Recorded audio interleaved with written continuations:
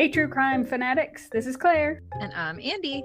You're tuned in to the Homicide Hobbies podcast, which is a podcast for people who love to hear about the horrendous crimes that people commit. Enjoy. Who are we talking about today? So today we're going to discuss the murder of John Thomas McGuire. He was 38 at the time when he was murdered. He's the father of 6 children. He has a few baby mamas. I really struggled to track down all the information on them, but I eventually gave up because realistically, it's not important to the case. But our win is February 2019. Our where is Ghetto, West Virginia.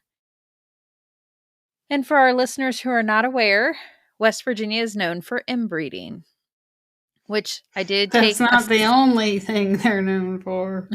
It's not. But here in these U.S. parts, when people think of West Virginia, a lot of what it is known for is its supposed inbreeding, which made me go down the rabbit hole of why.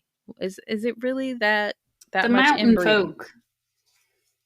Yes. So in the late 1800s, it was noted by different writers who traveled the Appalachian Mountains and they went through West Virginia. It said that they overly exaggerated the degree of isolation that the mountain population lived. So not only were the travelers writing about their experience, but also there were missionaries going around at that time that reported an extreme lack of intelligence among the mountain people and extreme poverty among very large families living in tiny shack-style cabins. And since they lived in such isolation, it was widely assumed the families relied on inbreeding in order to grow their families, or what was also referred to as closed communities, because they were not very accepting of outsiders. So the stereotype about West Virginia was then perpetuated when Eleanor Roosevelt visited West Virginia's mining towns in the 1930s. National newspapers ran pictures of rundown shacks and barefoot children in rags, which left the lasting impression of the state as a backwater state, and West Virginians became the prototypical hillbillies. But there was, in the 1980s, there was a study that was done on marriage records going back 140 years, and it concluded that inbreeding was neither unique nor particularly common to that region. So it happens, but not any more frequent than it happens anywhere else. It is now known for its incestuous relationships, whether that's true or false. Now, back to the murder of John. What else is it known for? Apparently mining. But anyway, this case will have something to dabble with that, which is why I threw that information out there. So everyone involved at the time of the murder were adults, but like I said, John has 6 kids. One of our individuals involved, her name is Amanda Michelle Naylor McClure. She was adopted at around 9 or 10 years old by Alan and Gwen Holm. She didn't have a relationship with her biological parents. I couldn't find anything about her mother. She also has a biological sister named Anna. Anna is 2 years older than Amanda. Anna ends up living in North Carolina because they were adopted by different people, which I thought was really sad. Did they know they were sisters? Yeah. So when they were adopted, I think they were like 8 and 10 when they got split up and adopted, and they ended up in different states. But but same mom, same dad, or yeah. Well, like I said, I couldn't find anything about their mother. I have no idea. Like, there's nothing about her, but they do have the same father. So I would assume they have the same mother, but I don't know. So there were a lot of baby mamas. Right. No, that's the victim. He has different baby mamas. I don't know. So Amanda, she's involved in the murder of John. Her sister Anna, she has, I believe, 3 children. I don't know their ages or where they're even at when all this happens. And as far as I'm aware, Amanda doesn't have any kids. She was 31. Amanda was in a relationship with our victim, John. And Amanda and John began dating while they were both living in Minnesota, but they eventually moved to Indiana together. Now, Amanda's father, Larry Paul McClure Sr., was from Kentucky. He was a convicted sex offender. He was convicted of first-degree sexual assault in 1998 for abusing a family member, a little girl between the ages of 6 and 12. So it was either Amanda or Anna, most likely, that he sexually abused and went to jail for almost 18 years. It was like 17 and a half years that he went to prison for. And that's when the girls were adopted out. After he was released from Kentucky prison, he moved to West Virginia. And at some point, Amanda and Anna developed a relationship with their estranged father. I don't know why. What? I was going to say that they blocked out the molestation. And honestly, Anna having young children, I would assume, because she's 33, so I He would said he assume her wouldn't do it children. again. He was I rehabilitated. I can't wrap my head around bringing that kind of individual around your kids. Not saying that she did, because I, again, have no idea where the kids are at this point. But Larry decided in January of 2019 that he wanted to bring his family together. And he drove to North Carolina and picked up Anna. And again, she had children. He didn't pick them up, just his daughter. Then Anna and Larry drive together from North Carolina to go pick up John and Amanda in Indiana. And when they get there, Amanda and John, Larry described them as dope sick, which I would assume means they were going through withdrawals because, spoiler alert, all four were using drugs. And from what I gather, their drug of choice was meth. I figured it out.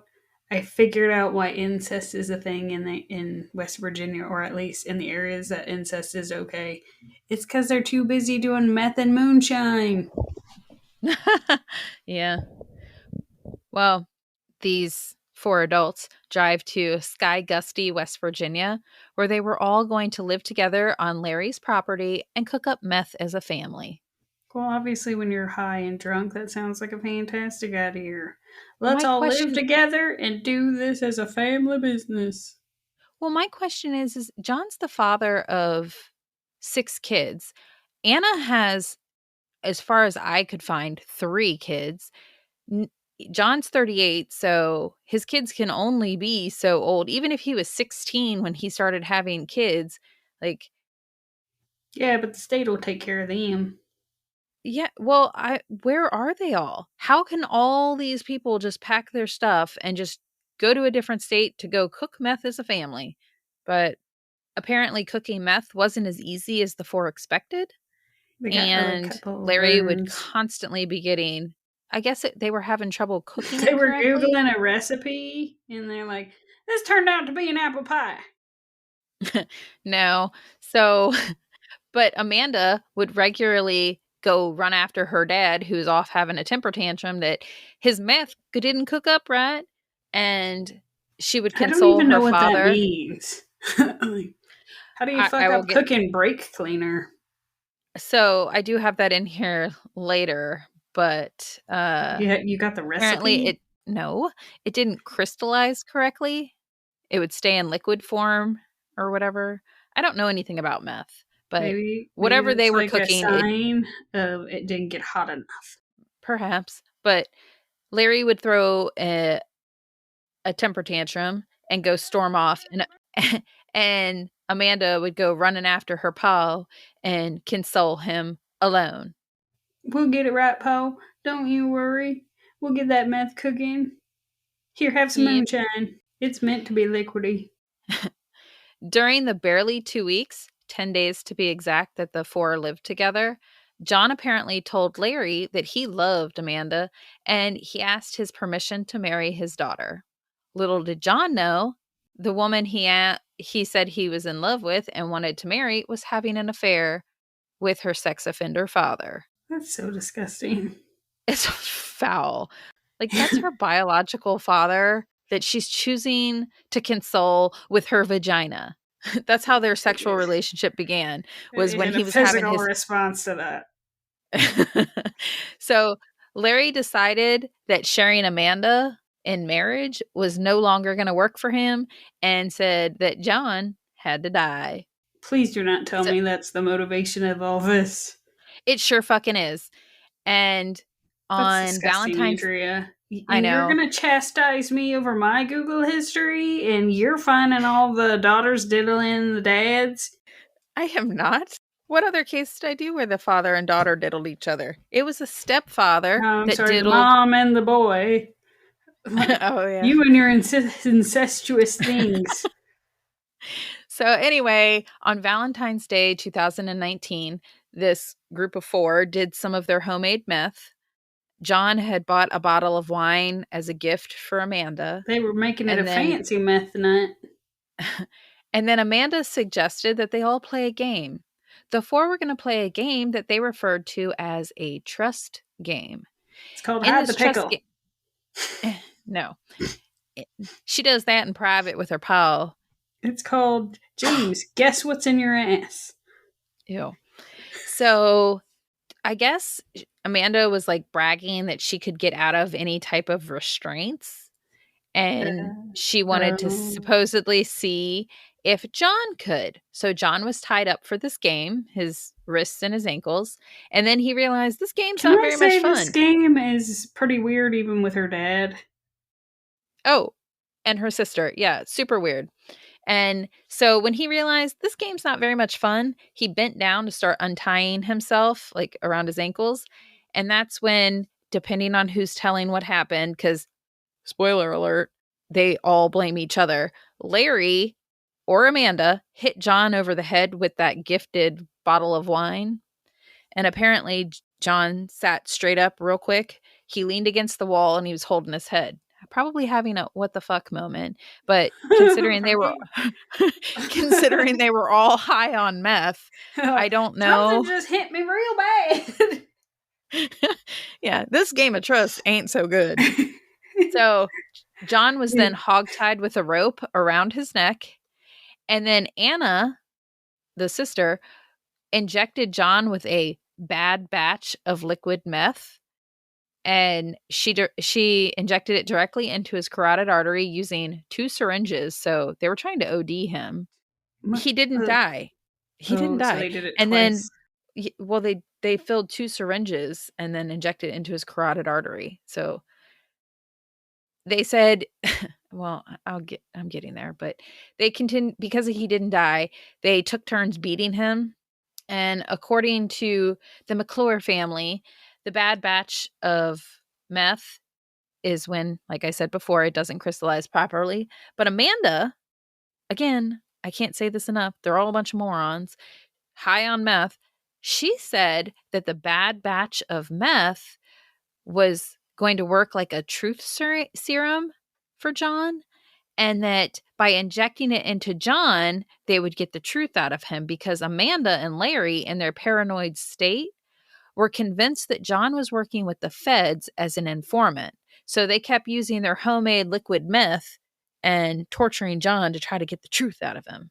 And he just apparently kept screaming out a social security number saying, I don't know what you guys are talking about. Like, I feel bad for him. Meth addicts aren't known for their brains either. They sure aren't. Again, And there's this brake group is cleaner in there. well, and this group is not doing too well anyway, since they can't seem to cook it up correctly. So they're really struggling. I'm telling you, they couldn't figure out how to turn the burner on, and somebody just didn't pay the electric bill is what happened. Probably. But poor John, his torture went on for 2 days before, on the 3rd day, Anna claims she was forced to strangle John with a rope, while Amanda held a trash bag over John's head, and Larry helped by standing on John's back as a way of holding him down. It's a little overkill, huh? Well, it gets Or were they real skinny and light? So it was like she couldn't pull. So the Anna's rope, not a she little couldn't girl. hold the bag. Anna's not little. She's got some meat on her bones. And John's body was then buried on Larry's property. 6 days later, the High as a Kite family were paranoid that John was not actually dead. So they decided to go over and dig up his body. They dismembered his remains and drove stakes, or what Anna referred to as bed nails, which that's not a thing. I Googled it. It's not a thing. There's a bed of nails, but that's not what she was talking about. So I'm guessing they were just The police refer to them as stakes, so I'm just guessing really long nails. But they drove nails into his dismembered parts to prove he wasn't faking being dead. Did I mention that they dismembered him? I don't know how you fake being dead if you've been dismembered. It's not funny, but it's just the amount of stupid This that is these yet people, another case of don't do drugs. right? After they were satisfied that John was in fact dead, they reburied John and all I've his just pieces. noticed not only do you like your incest stories, but also your very descriptive dismemberment thing. I think of the other one where he's trickling hands everywhere. Oh yeah, that was the Thanksgiving special. But so they split John's parts into two different batches, and they bury him in two different spots on Larry's property, with the plan being that Larry would sell the property, which eventually he does do. Now, instead of triggers today, because I know you Oh probably yeah, you didn't skipped realize, right over that. fun fact time. That's your trigger for today. Is I'm going to give you some fun facts, Claire. Fun fact number one We've was discussed this. why. None of your fun facts are fun facts. Well, these here are fun facts. But the first We'll one see. was why West Virginia is known for inbreeding. Fun fact number two, with John dead and out of the way, father and daughters take them a road trip. Oh, was he Larry and diddling both Amanda, his daughters or just his favorite? I'm not sure. Larry and Amanda scurry off to a neighboring town in Virginia to illegally get married, with Anna as their witness. Excuse me. You don't just say they go off and get hitched and just coast over like that like it's something that should be normalized. It's not okay. It's fucking not okay, but that was Yeah, my but you fun just fact number went two. on through. It's not a goddamn fun fact, Andrea. It's not. I mean, it might It, be a sh- fact, but nothing about that is fun. I mean, it was for it them, I'm sure is for sure. them. Ugh. That's really disgusting. Now, I don't even understand. I mean, well, maybe cohesive thought. I understand the daughter having some brain hole issues because she fell from that rock that he did from him. So I get there's some deformity of her brain and his, so I can understand that situation. However, the other sister who's the witness to these nuptials, what the fuck? How I've got how more. interbred are they? Like, how did they have 15 toes? I didn't count their toes in the pictures, They but had pictures of their feet. I sure hope not. They got pictures of their faces. He's a real. He looks like he's. Have you ever seen somebody that has no teeth, and when they have them out, their jaw looks kind of Andrea, I live funky? in Alabama. Well, his mugshot looks like he doesn't have his teeth in. He probably doesn't. They've been hammered out for a while. It's from the meth. Or he was just prepared for his life sentence. He He was going in toothless. whoa, whoa. Can I voluntarily have these removed? One, there's pointy from my meth use, and two, I don't want to get beat when my boyfriend gets his willy caught. On that snaggle tooth. But not all this excitement in Larry's life, with the whole newlywed situation and the whole murdering situation, he forgot that when he moved to West Virginia that he needed to register for being a sex offender. So state police go out and knock on his door and he is arrested.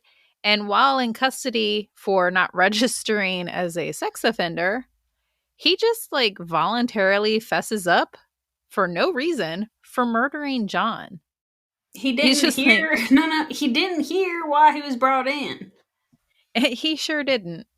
But Although, no, you know what? You know how when they pull you over and a police officer will be like, you know why I pulled you over? And then you just like, because I ran that stop sign? No, that's, you have a taillight out, but here's your ticket for that stop sign. But right? that's That's probably what what I they think. did to him. And he's like, because I murdered that fella that my daughter liked, but I like fucking her. That's why I illegally married her. And they're like, could you rewind that? You did what? While Yeah, we were pretty much. brewing meth and our moonshine up there in the holler.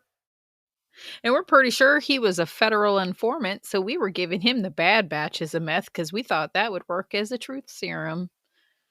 Fucking idiots.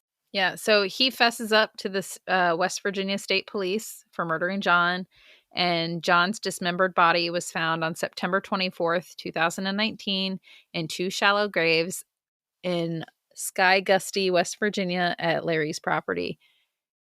And then, obviously, eventually, Amanda and Anna are arrested. And Amanda testified that the reason John was killed was because her daddy didn't like another man sharing her bed with her. So she tried Just to out blame of it all on. curiosity, Hmm. do we know when the molestation started? So again, he was arrested in 1998 for sexually abusing a relative, a girl between the Oh, ages of 6 and 12. And both Amanda and Anna were 9 and 11 at that time. So they both fall into that age criteria, and they were given up for adoption. I don't know what happened with their mother. Like I said, I have no idea myth. where she. I feel like it started early on, and the fact that they were even willing to have a relationship with him again, that blows my mind in itself. So, Amanda tries to blame everything on Larry, and by the way, her adoptive parents asked the court to have mercy on her because she was under Larry's control, which I realize He used she's his magic being. stick. He sure did. But It's Judge really Ed disgusting. Cornish, it really is. It's really disgusting. Judge Ed Cornish called Amanda out on not taking responsibility for her part in John's murder and his dismemberment. And he pointed out that she will likely only serve at most half of the sentence she was given. Judge Cornish said, "The time you will serve is not an adequate amount of time for the pain you've caused."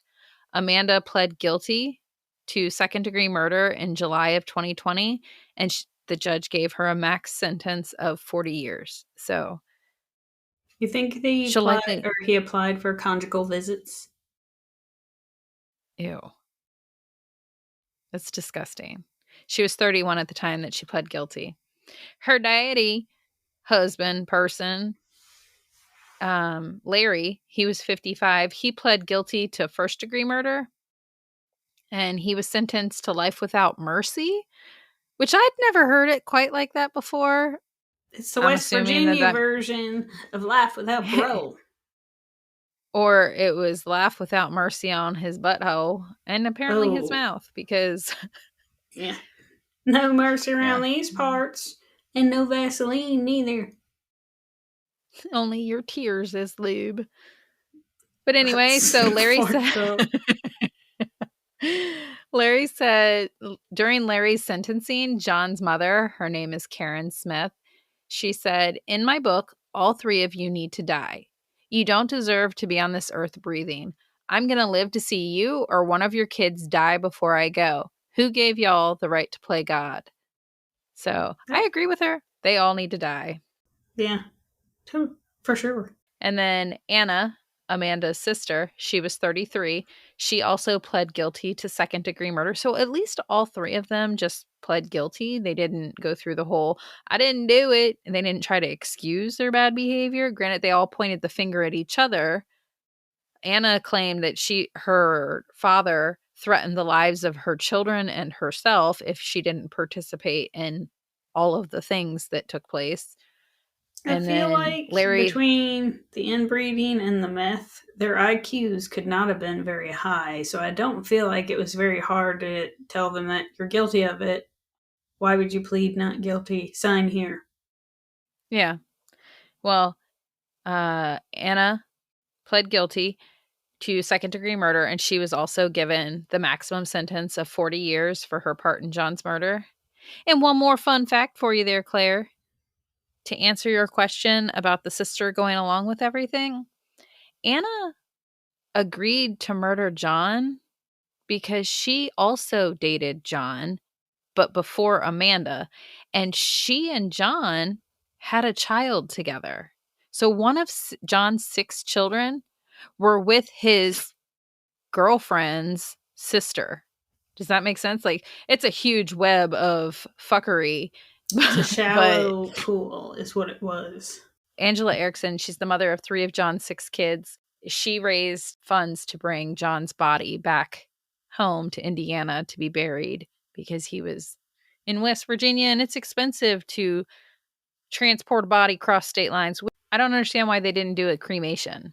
They should have cremated him and then just paid to send, but you can't mail it. So I don't know how you would send it. But anyway, that's the story of some incest. And really, I don't know why they killed him. She could have just broken up with him to be with her dad. If she really wanted to marry her daddy that bad, she could have broken up with him and been like, yeah, so I'm going to continue to fuck my dad. So you need to go because he only wants one person inside me at a time. He don't like sharing. Yeah, well, it's disgusting. And I, for whatever reason, when you started telling this one, I was convinced this was in like the 1940s, 50s-ish, not 20 anything. Sure wasn't. This is a pretty current case.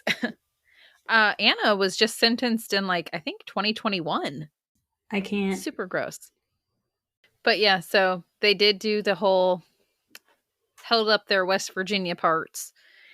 I just found it kind of ironic that none of them were from West Virginia, but then they all meet up and start living in West Virginia. And then that just happens to be where they were living when Daddy decided that he wanted to marry his can.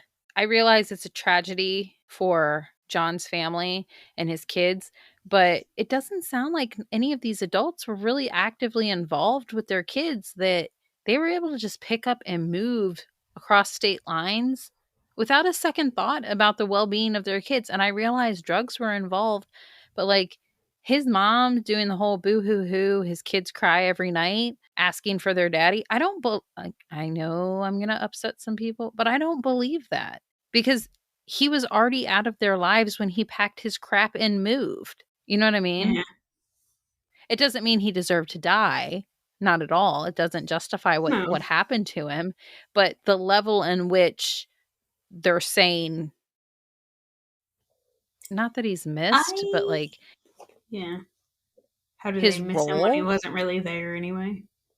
Yeah, same idea with Anna. Like these guys, all 4 of them are drug users and don't seemingly. And I realize we're only getting a glimpse into a small portion of these people's lives, and not saying they couldn't have cleaned up their act and they were robbed of that opportunity and blah blah blah blah blah, but they weren't upstanding citizens to begin with. So I don't know. I do feel sorry for the kids because they will never get the opportunity to learn to know their family. That might be better off for him because wasn't there.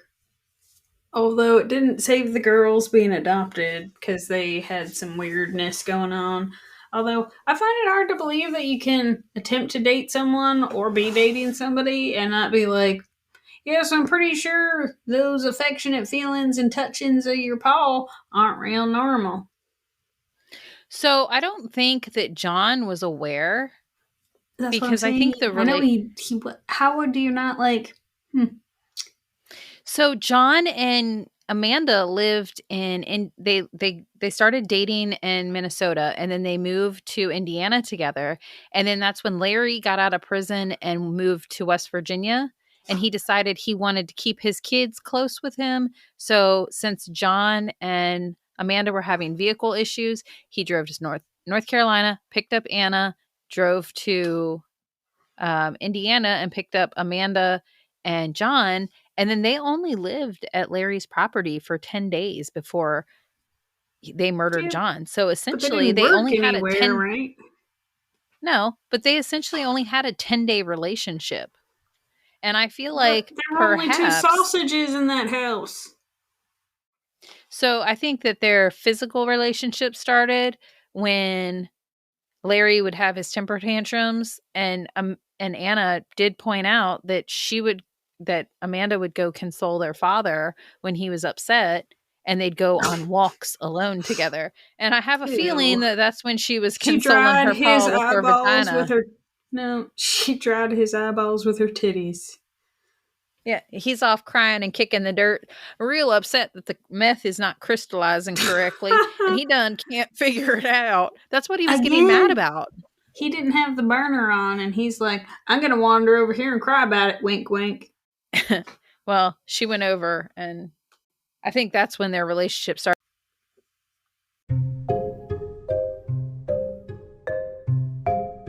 Thank you for listening to Homicide Hobbies. I'm Claire. I'm Andy. Follow us each week to get your fix of the atrocities that occur in true crime. And don't forget to tell people about us and rate us if you like us. But don't rate us if you didn't. Just change the channel.